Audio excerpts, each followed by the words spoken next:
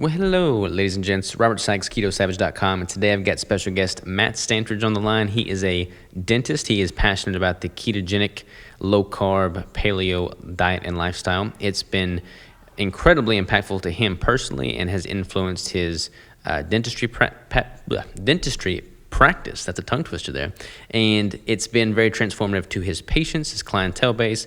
And I was just incredibly excited to get him on the podcast because there is so much you can learn about a person's health and well-being based off of what their teeth and gums and overall dental health are telling you. So I wanted to really pick his brain to figure out what it is that he's seeing in his practice and how that's influenced his personal health decisions, his personal nutrition decisions, and what I can take from that going forward for myself personally. I learned a ton. I thoroughly enjoyed the conversation. We didn't just talk about dental health and care. We talked a little bit about the different zealotry and dogmatic groups within the nutrition space, kind of what he thinks about some of those subgroups and how to combat that and stay productive and continue to add value amidst some of the negativity and closed-mindedness out there. So that was an interesting conversation in itself. I thoroughly enjoyed the podcast. I've got no doubt that you will as well. So without further ado, sit back, relax, and enjoy the conversation with Matthew Stantridge.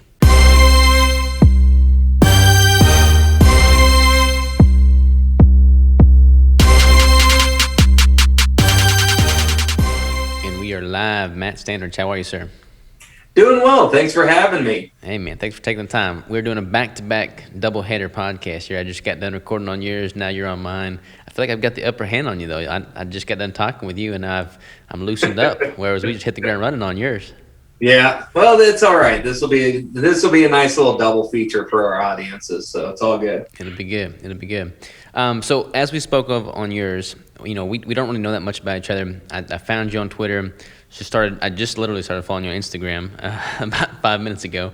But I loved what you're putting out on Twitter and then what I just saw on Instagram because you are able to stay positive amidst all the chaos of the world right now. You're putting out good quality content, and you've spoken on a lot of things that kind of hit close to home with me.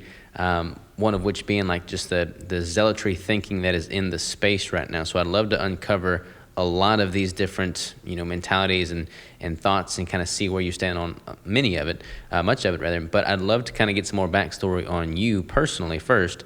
What got you into the keto, paleo, low carb space, and what got you doing dentistry as a profession?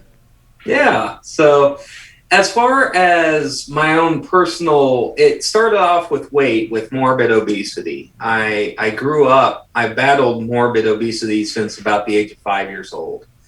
And my mother was morbidly obese. I was morbidly obese. And, so I grew up unfortunately, nowadays, obesity is not, there's not as much stigma because it's a lot more commonplace. When I grew up, and I don't know if this is a good thing or a bad thing, but when I was growing up, I was the fat kid. Mm-hmm. Nowadays, a quarter to a third of the kids are the fat kids. It's not as big. It's not as abnormal as it was when I was growing up. I was not only just the fat kid of my grade, I grew up very small rural town. So I was like the fat kid of the school. Mm-hmm. And like I said, I grew up morbidly obese. And even though I didn't feel like I was eating all that differently from my peers, but for whatever reason, A, I was hungrier, and B, I just seemed to just fatten up so much more quickly. I was over 100 pounds by the first grade. And then that kept up all through into high school, where freshman year, I was about 340 pounds or more. And it was hardly any muscle. I mean, it was all fat. And so my lineman coach was happy that I was big and I was hard to move, but it wasn't like I was necessarily strong. And it was about that time when Atkins was starting to do a resurgence. And so that's where I kind of found a low carb approach and actually had my mom pick up the book. I, read it my sophomore year, cover to cover, and it worked wonderfully for me. I went from 300, I don't know how heavy I truly got because the wrestling scale at the high school was what I was using, and it topped out at 340, and it didn't go any higher than that. And so I don't know how heavy I got, but I went from at least 340 down to a resting weight by senior year of around between 195 to 205. And that's kind of where I stayed for many years, adopting a ketogenic / low carb approach. And and I kept on that, and just felt great, had much more confidence and all of that stuff. Kept that all through college, and then it was when I was going into dental school that I had professors in dental school because we had nutrition classes and stuff. We shared a lot of the same kind of basic sciences classes as the medical students, because we were all kind of not in the same buildings, but in the same kind of campus area. Mm-hmm. So we'd have like joint classes with them and all that stuff. And I'd have nutrition and physiology professors who were very against low carb. And so here I am, an impressionable dental student who had great success with low carbs, but I'm listening to my professors, and I'm paying a lot of money for the privilege to listen to these professors. And they were talking about the quote unquote evils of low carb and why the body needs carbohydrates. And sure enough, I was listening to them. So I started incorporating carbohydrates into my diet. And then also with the stress of school, I wasn't exercising, sleep was crap. We would party and drink on the weekends to to blow off steam and reduce stress and all that stuff. And sure enough, my weight just skyrocketed again. I gained like 60 pounds in that first year, and then another 40 in the remaining 3 years after that. So kind of a long story wrapping up here. This whole ketodonis thing, what part of it, half of it, was basically my journey back to health, losing weight again and readopting a low carbohydrate ketogenic lifestyle. I also incorporated a paleo kind of primal lifestyle in with that. And it's really been kind of about my journey back to health with that. And then also going down the rabbit hole of anthropology and dental health science, going back the last 100 years. And diet is really the biggest lever that we have to improve or control our dental health. And as far as our dental health goes, refined carbohydrates are enemy number one. And so it led me down to this whole idea of, well, if sugar and refined grains and all that stuff can destroy our teeth and could create such an impact in the oral environment, what else is it doing downstream of that in the human body? So I know I was rambling there, but that's really kind of the genesis of all this stuff. No, there's a lot that I want to kind of dive into and dissect here. So with regard to you being pretty heavy from a very young age, I see a lot more kids these days that are on the heavier end of the spectrum by quite a bit. And it's hard to know if it's all just parenting based, if it's like, all gestational diabetes that's having an effect from an epigenetic standpoint. Like when you see these numbers, trend upwards like they have, as you said, you were the fat kid in the school. Now it's like not an anomaly at all. You see, like, honestly, I would say it's probably more like half and half than even a third or a quarter. What do you think is the main driving factor? Do you think it's mostly like a parenting thing, or what do you kind of like, what would you suggest needs to change in order for that trend to correct course? Yeah, I think it's a perfect storm of a lot of stuff. It's the marketing of these food-like products. It's the overly processed, hyper-palatable foods that are deemed that Apple Jacks still has this little heart-healthy red check mark on the box. So there's that. There's the idea that fruit juice is a health food, for and okay to give kids. There's all sorts of stuff, and I think there's an epigenetic factor to it as well. Like, my mother was morbidly obese, and before she had weight loss surgery, she topped out over 500 pounds. And she was one of 5 kids, and yet none of her kids had, or none of her siblings had that issue. And they grew up in the same household. They ate the same foods, and yet she was the only one that was morbidly obese, and then she has me. And so I do absolutely believe that there's a genetic component to that, but I want to caveat that with, just because you may have a genetic disposition doesn't mean that you're helpless, and that it doesn't give you freedom to have a victim mentality or a victim mindset. And I'm kind of a stickler on that. But I think it's really a perfect storm of stuff. Epigenetics, the hyperpalatable foods, low nutrient density. Not really have we seen a time where we have so many malnourished, obese people in society, especially kids. And then there's also the lack of physical activity, not from the a eat less, move more way, but just like the hormetic and epigenetic responses from physical activity and exercises that these kids aren't getting. And so, like I said, I don't think it's one, silver bullet with all of this. It's like one Occam's razor. I think it's just really a culmination of all of these factors at play. Do you have any kids? I have two. I have 2 girls, one 6-year-old and one 4-month-old. What is bringing them into the world from a nutritional standpoint been like, knowing what you know about nutrition and having gone through it yourself? My biggest thing is like trying to optimize things as much as possible, but also living in a place of realism.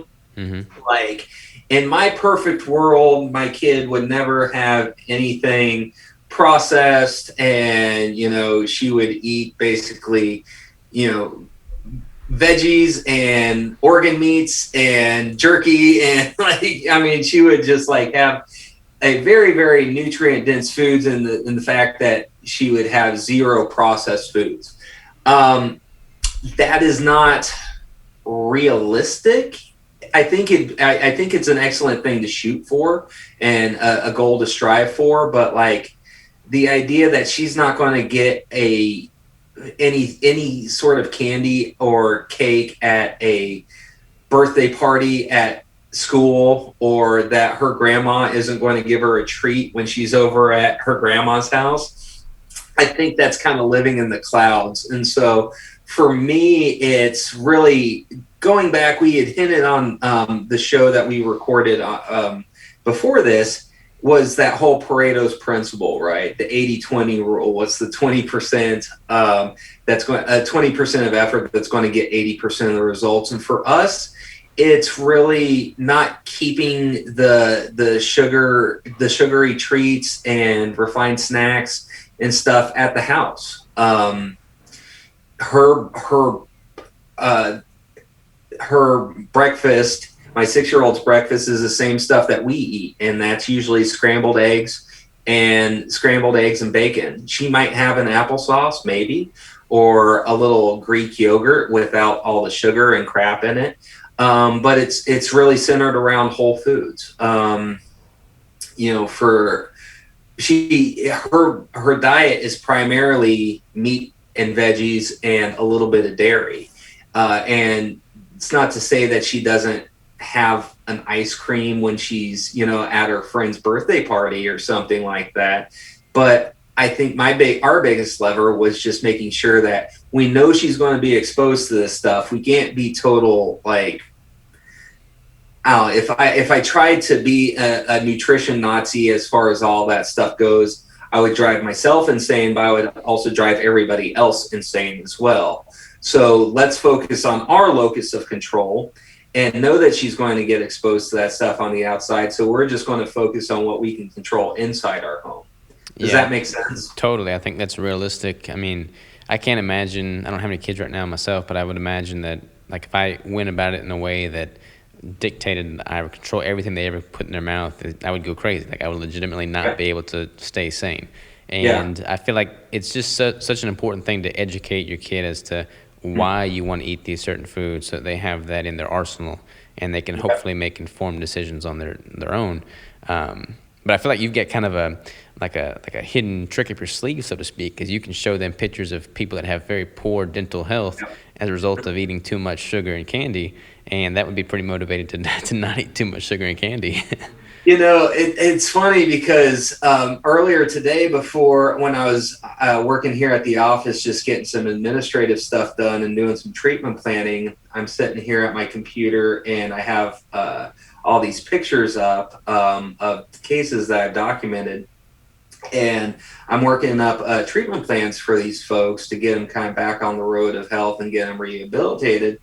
And I didn't know that they had come in, so she comes running into my office, and so I have these big pictures of these diseased mouths up on my screen, and she looks at it and she's kind of become desensitized to it a bit, but she's like, Daddy, did sugar cause that? I'm like, sugar did cause that. Yeah. And so it's kind of interesting, but she does, like, because one of my biggest concerns was, like, I didn't want to be too neurotic about it because I don't want to project my own hangups, like, you know, because I have all that, you know, inner fat boy kid, you know, pain going on there that I don't want to, like, press onto her. Mm-hmm. But at the same time, I want her to have a healthy respect for what food does, what foods make us grow big and tall and strong and healthy, and what foods taste good but aren't necessarily the best for us, so that way she can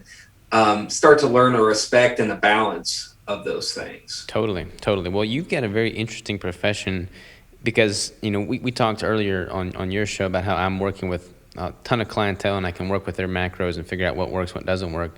But you're seeing, you know, the cutting edge into, like, their dental records over time, and I'm assuming you kind of, I mean, I don't know, do you ask kind of what their diet typically looks like, or how does that typical workflow go through with the client? Yeah, you know, it's really interesting where I practice. I mean, you're from Arkansas, I'm from rural Kansas, so I mean, you can kind of get a gist of what the community mindsets can be like, because, you know, where my messaging here is a lot different than if I was in a suburb of Kansas City that had a Whole Foods on a corner next to a yoga studio. Mm-hmm. I'm in a town of 1,300 people where we don't even have a stoplight, and so most people frequent the one of two gas stations multiple times per day. So you could be explaining the neighborhood right outside my front door right now. Exactly.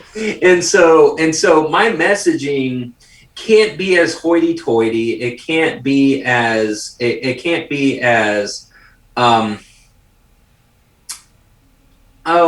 perfectionist as maybe one would want. And so I have to really kind of get to the low-hanging fruit. Like, basically, instead of going through a whole dietary change with these people, I ask, how many Mountain Dews are you drinking a day? And then going from there. And so, but to the people that are receptive to change, because, you know, I see a lot on social media, on Instagram, on Twitter, and stuff like that. There's a lot of doctor bashing going on right now. And you have other doctors bashing other doctors, like, your doctor didn't pay attention to you because of this, or, you know, your doctor, this doctor wants to shoehorn you into this and not take into account your unique snowflake, you know, situation. And it's like, well, but at the same time, like, listeners of your show or listeners of my show are not the standard.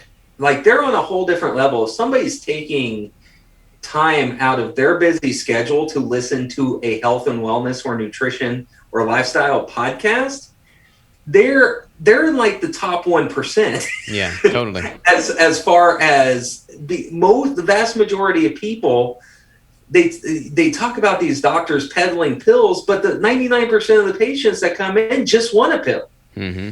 And they don't want lifestyle change. And so there's this whole thing against doctors of, oh, they just push medications and they don't push lifestyle change. But that's because they've been conditioned by the 99% of people that want exactly that. Right. They don't want to give up smoking. They don't want to start exercising. They don't want to trade in their Whole Foods. They just want a pill. And so, unfortunately, it's created this divide. But getting back to your question, is that the people that are receptive, because I kind of do a little bit of motivational interviewing with folks and kind of a process of what's called co-discovery as far as feeling this out. The people that are receptive, I spend a lot of time with. I actually don't even charge for it. Mm-hmm. It's just like almost part of it is just because I'm so jazzed that someone is like maybe willing to start kind of going down this path, that I just want to nurture that as much as possible. but yeah, so it kind of depends on where the person's at, because there's a lot of people that have denial. Or the fact that they understand what they're doing is bad, but they just they're not emotionally invested into making the change. Yeah, that makes total sense, man. I mean, I live in a very small town now as well, and it's, I mean, just a few thousand people. There's like literally 2 restaurants. They're both burger joints and mm-hmm. the gas station food. And I feel like I've kind of taken it upon myself in this new community that we've just moved into to try and be a beacon of hope and health. But like it's all like we all have to deal with perspective, and like you said, the people listening to our podcast have a much different perspective than the people that are, going down the road to Bub's Tractor and Supply to get some, oil change or something for the lawnmower. So I feel like we have to take that into consideration. But I think anything that we can do to move the needle forward in any individual's life is of paramount importance, and that's going to look different for each individual. So I take my hat off to you for what you're doing from a dental standpoint there in your local community. I appreciate that. And a big part of it, and definitely in an area like this, being the dentist of like the county, you're kind of a public figurehead of mm-hmm. sorts. Like wherever you go, people know you. They know who you are. They know who your kids are and all that stuff. And so going back to what we talked about earlier, as far as bringing people into your tribe, into your fold, a big part of that is just walking the walk mm-hmm. and putting the stuff out there. Like I cross promote stuff that's on my ketodontist page. I cross promote that onto my dental practice page and stuff, just to kind of further kind of get the information out there. But they also see me going to the restaurants or run into me at the grocery store, and they see what's going into my cart. And I think you just kind of have to walk the walk and put yourself out there and share value. And then the people who, if it clicks with them or eventually will resonate with them at a certain point in time, then they'll come find you. They'll seek you out. Totally. How long have you been doing, dental work in your practice there? So I've been a dentist for 11 years now, and I started my first private practice about 9 years ago, and in a different town just about 30 miles from where I'm currently at. And then I bought a second location, which is my practice right now, about 6 years ago.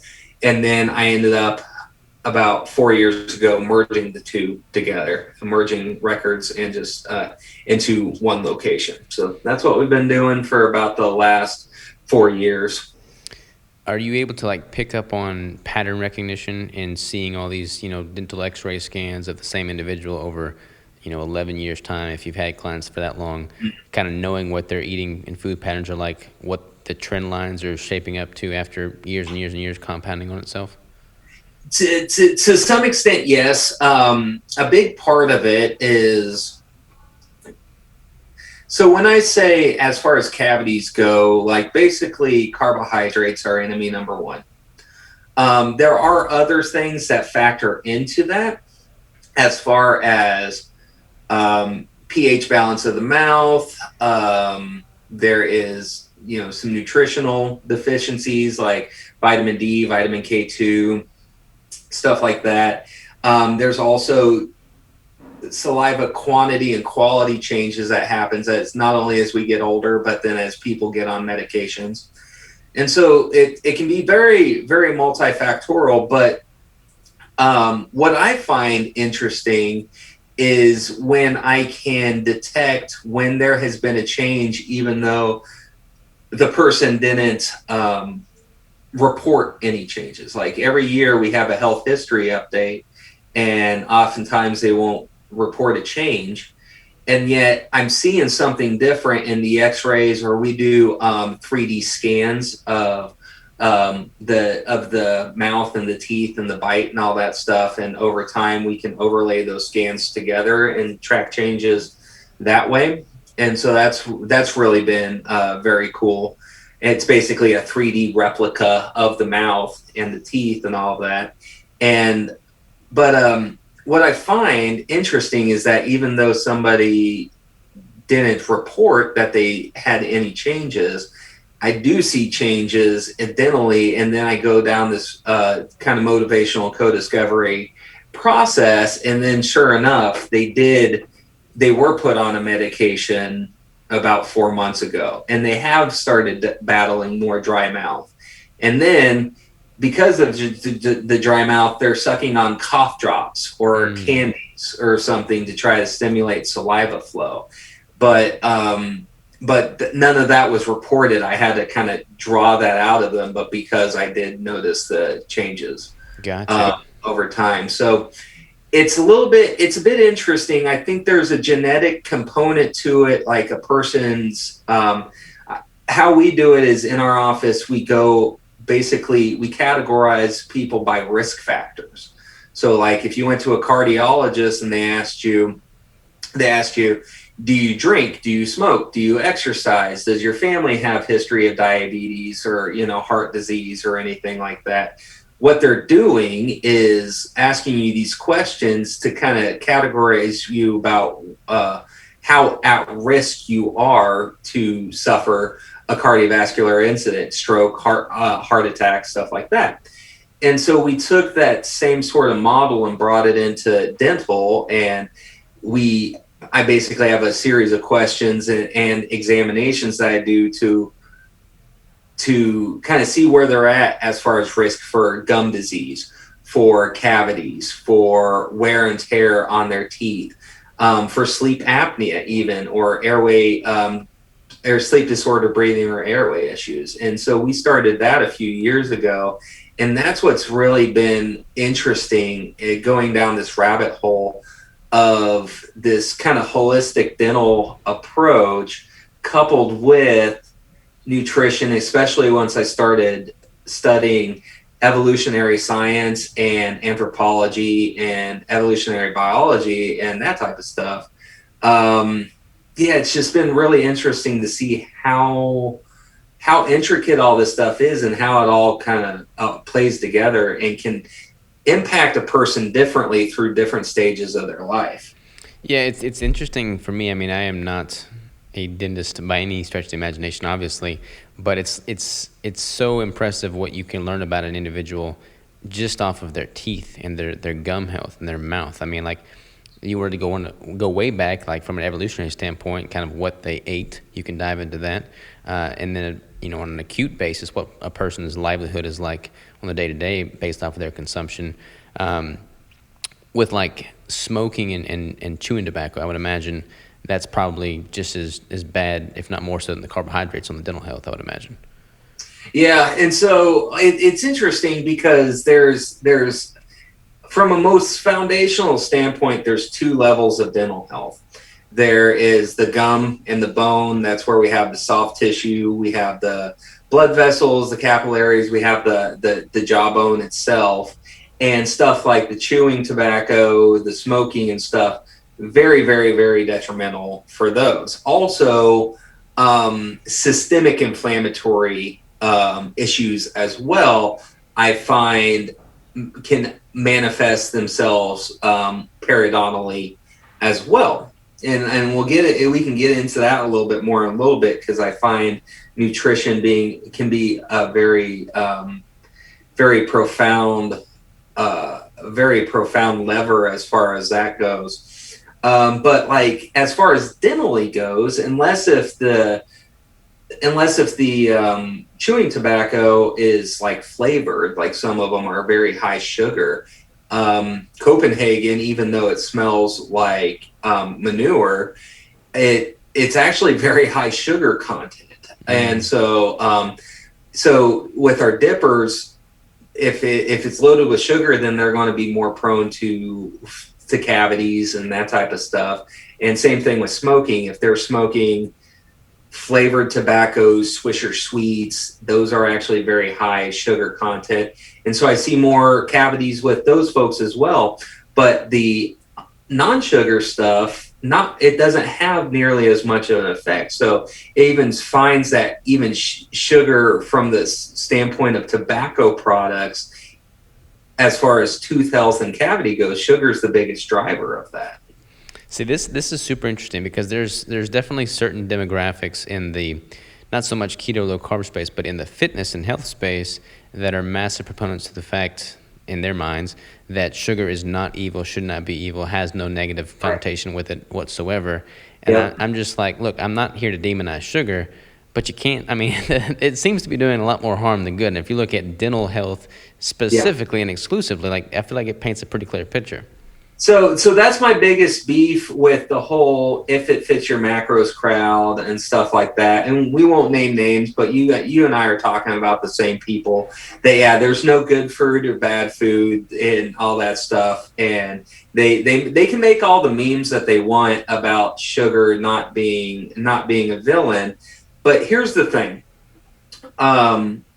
Enamel, the white stuff that we see when we smile and talk, that is the hard outer shell of the tooth. You basically have 3 layers of a tooth, and that of the crown of a tooth, and that white stuff, that enamel, is the hard outer shell. It's like an M&M, right? Hard outer shell, softer inside. That hard outer shell is literally the strongest organic substance created on Earth. Your body creates a substance that's 2.5 to 3 times harder than bone. That substance is uniquely destroyed by sugar consumption. Now, it's actually bacteria in the mouth, but sugar consumption, carbohydrate consumption, is what fuels that bacteria, that specially pathogenic bacteria. And so to me, it's just like, okay, so quote, a calorie is a calorie, and equated for calories, sugar, you can lose fat while consuming sugar. Granted, you're in a caloric deficit. Okay, well, all that may be well and good, but to me, if the consumption of this unique substance, this highly refined substance, leads to that sort of biological destruction in the mouth, right at the place where it's being first consumed, what other possible downstream effects may there be in the body if sugar consumption is the biggest driver to the destruction of the hardest substance our body produces? Does that make sense? Yeah, it makes total sense, and I wouldn't think you would have to have a degree in rocket science to figure that out. To figure out that that's not a good thing. And so that's why I am pretty anti-sugar, even though I'm not a total low-carb or ketogenic zealot. I am pretty damn zealot as far as anti-sugar goes. Is it mostly the refined nature of sugar? Like if you were to take, someone that has, their enamel is wasting away due to their carbohydrate consumption, if they were to equate for grams in sugar or grams in carbohydrates, but do the same thing with sweet potatoes versus Right. candy, would they see the same thing unfold, or is it more so just the process nature of the sugar? That is an excellent question. So I tell folks that broccoli and spinach doesn't really give you cavities. Okay, no one really got cavities because of a frequent broccoli or cauliflower consumption. The more, it's almost like if you imagine it on a spectrum, right? And so from most damaging to least damaging. Most damaging would be your refined sugar, your sugar cubes, your sugar packets, your added sugar and condiments and beverages and all that stuff. That would be like the most damaging end of the spectrum. And then as we tick back, it's still more into your refined grains, your flour, white breads, stuff like that. And so basically from going from least refined to, or most refined to least refined, will be your most damaging to least damaging. But what's interesting is that from a mechanistic standpoint, any fermentable carbohydrate can be carcinogenic, meaning can be cavity causing.